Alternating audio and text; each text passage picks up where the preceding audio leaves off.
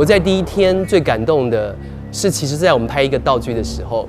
就是当我们把青天白日放在泥堆当中，然后要让庄月跟王平瑜的鲜血留在那个里面。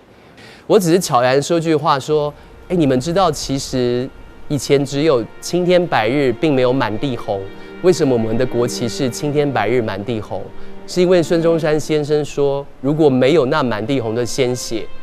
这不是国旗。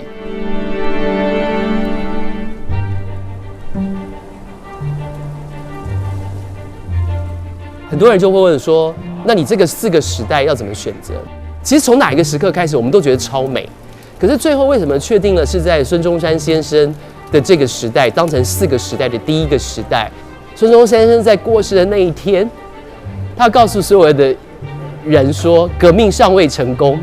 同志仍需努力。可是如果有一天我再见到他，或者再见到当年所有在离去的那一天都觉得革命尚未成功，同志，我们可以跟他说什么话？那一刻我就想，如果革命已经成功，我一定要告诉孙中山先生说，我会一直努力，我会一直努力。所以他就突然变成了在一堆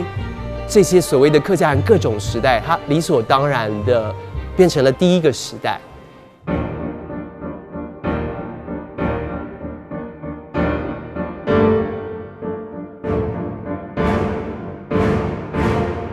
第2、3个时代，大家可能就可以从他的时间历程去理解，是钟理和先生的这个情根语读的时代，以及邓南光先生的他的这个写真时代。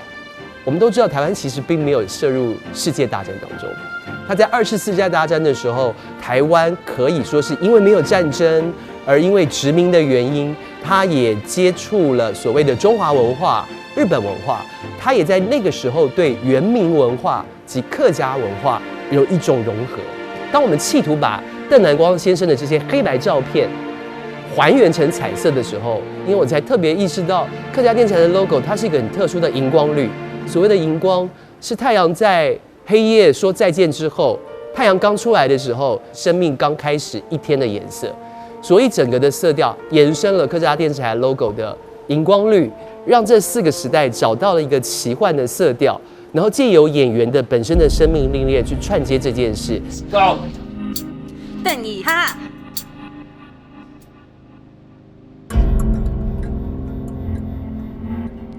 海永久记得，阿婆同我讲过，最难平平嘅米事，唔係切切嘅米事，係時間。第4个时代，第4个时代有人说，到底是现代还是未来？因为他们3个人坐在一部车上。其实，在没有电视之前，谁不是因为从这个地方到了另外一个地方，才看到新的世界呢？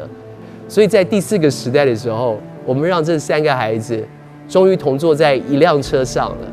可能借由窗外的所有的风景跟过去的道别，但或许也可能在重现什么。然后这些方框为什么也变成了电视方框？因为我发现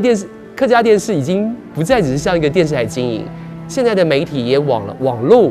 还有 OTT 平台去做推广，所以可能电视也会沦为历史的一部分。所以在最后，我想说，把20年来客台发生的每一件事，我们并不是一个电视机呈现，而是当这些所谓的方框，那些曾经因为时间而框架你的每一个瞬间，再度重现的时候，你会因为时间的历练，还在去计较时间到底要证明什么？时间从来没有要特别给你什么，时间只是很公平的站在每一个人的身边。